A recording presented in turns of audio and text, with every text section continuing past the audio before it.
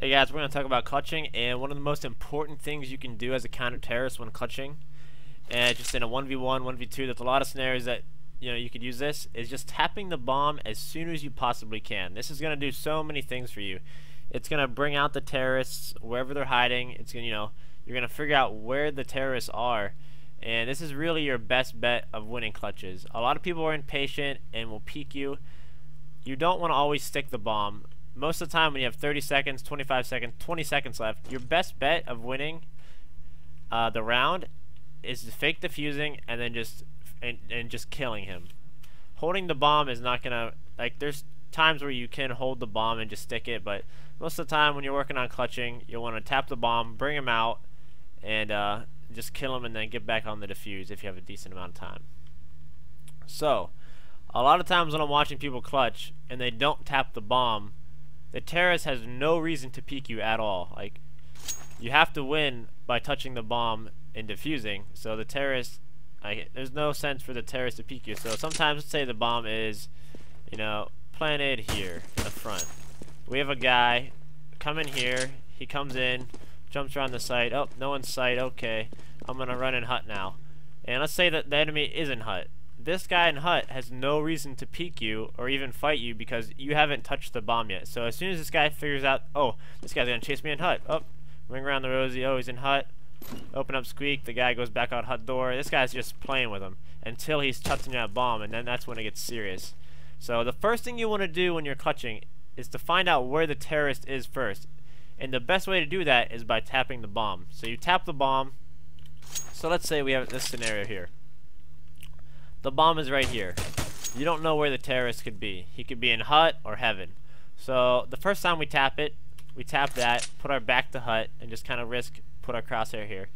He shoots at us and spams through the hut door, so we throw some bullets back. And the best thing to do is not instantly chase him again. It's once again because you brought him out once and you found out where he is. So why not do it again and force him to peek you?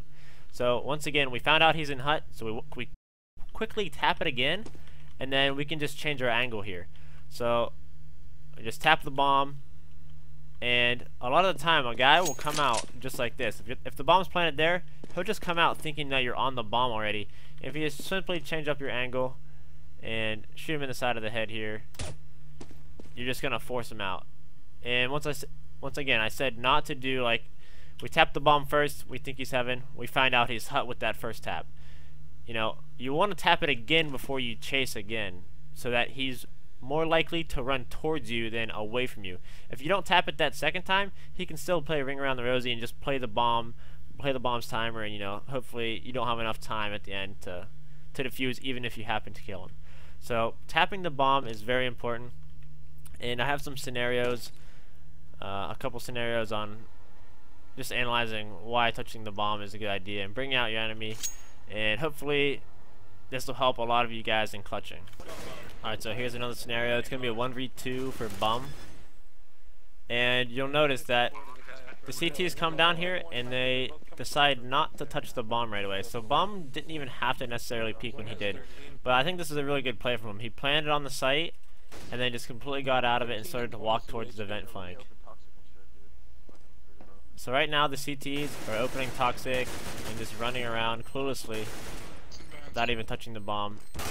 And then bum decides to peek and kill both of them. What they should have done is, because the CTs really were panicked and didn't find out where he was. So we had one guy run, I hate the overview on nuke here. One guy was trying to run over towards toxic there and clear that out. One guy was opening this spot out, and they really didn't know where he was. If they would have just tapped the bomb, if they would have just, clearing toxic's a good idea, that barrel room right there. Clearing that, and then tapping the bomb, and then no one move after that.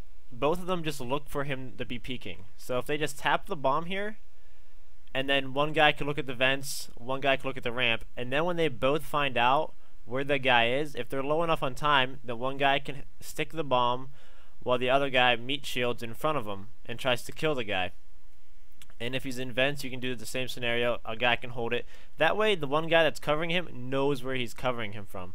The one guy decided to stick it too early before even knowing where the terrorist was yet. The information was not there, and then his teammate didn't know where he was, so that guy, the first guy died trying to cover him, died, and then the bomber instantly dies because the cover doesn't have that much information. He's not meat shielding, so they just need to be more relaxed, tap the bomb earlier, bring out the terrorist, find out where he is, and then assess the situation there. So here's another scenario where the guy taps the bomb and pretty much forces Dan to be able to peek him because he could be locking it or not. As you see, BGE shot one of his teammates already at ramp here, and he instantly taps it and then walks when he gets off the bomb. That's very key to know that, like, Dan doesn't know if he's sticking in it or not right now. And BGE even does a really good job of switching up his position after he taps it. He doesn't sit exactly on the bomb. As you saw, Dan actually, let me just go out of here real quick. As you saw, BGE was right here, and Dan peeked out far enough that he could see the bomb from this angle, which gave BGE an easy shot because Dan exposed his whole body, just because he changed his angle there. But the key thing here was that BGE tapped the bomb instantly, bringing out Dan and giving him the opportunity to shoot him.